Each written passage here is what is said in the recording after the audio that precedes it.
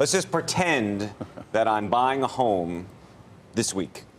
And Let's do it. And I need to get a mortgage. How's your credit score? My credit score is fine. My question for you is, am I getting a 30-year mortgage? I need to understand, do I want to get a 30-year mortgage? Do I want to get some kind of ARM situation in this environment?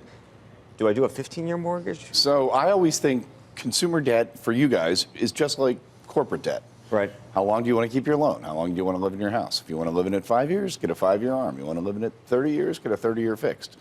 Yeah, but you know what? Can I say, even if you were going to live in a 30-year, even if you plan to live in your home for 30 years, 5 or 10 years ago, you would have been so much better off doing a 5 or 7-year ARM and then swapping Absolutely. and taking the 30-year. Absolutely. So my question to you is how to play this. Well, but how do you play the bond market? You can't predict because, as you know, mortgage rates will do what they're going to predict. do. That's why we have you. Well, in general, they're low, but in general, the great thing about the mortgage business, and this is why our business is actually not indexed to mortgages.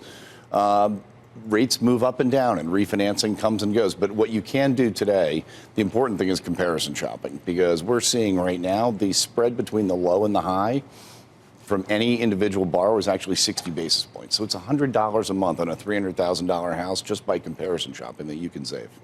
And when you think about the refinancing market right now, it is the smallest it's been in years. It is. There are only 1.5 million borrowers in the United States who can benefit from an actual lower rate. So now what you can do is refinance into what's called a cash out. You can cash out money from your home, pay off credit cards, for example. So we see people all the time that will take out a loan, pay off credit cards, consolidate other debts, their credit score goes up. Then you can refinance. But you got to make sure you get your. You're taking unsecured debt and securing it by that is what. And if you don't pay it off, you lose your house. Well, certainly that's going to be a concern of people. But obviously, if you're working on with your down payment, et cetera, then that's okay. But there are a lot of people who are doing it, and you got to absolutely make sure you use smart debt, not dumb debt. Make sure you don't get overextended. But the neat thing that we're seeing right now is you can actually improve your credit score by consolidating other loans, and then that resets your entire financial What's the position. best rate you can get for Joe, for a super jumbo for Joe on a 30-year? Something bigger than a super jumbo? 30-year fixed. I mean, Joe's probably like 9-10%, I'm guessing, but 9-10% interest. I'm kidding. That's depends on your credit score.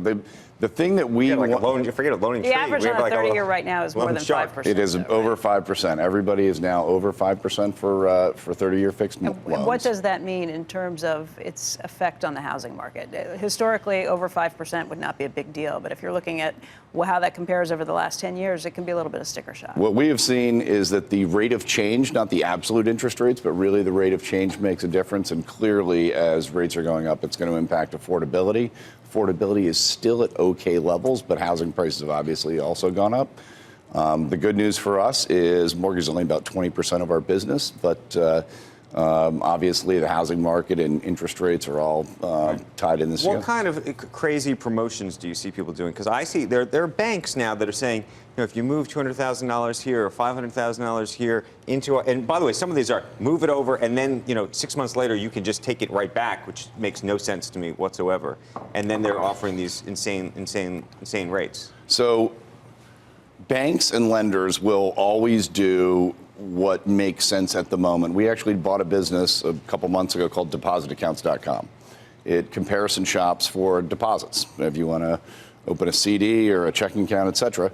And the business is up 100% in the last couple quarters, just because you can actually now save money on doing that. So you never know what an individual bank's going to do at an individual time.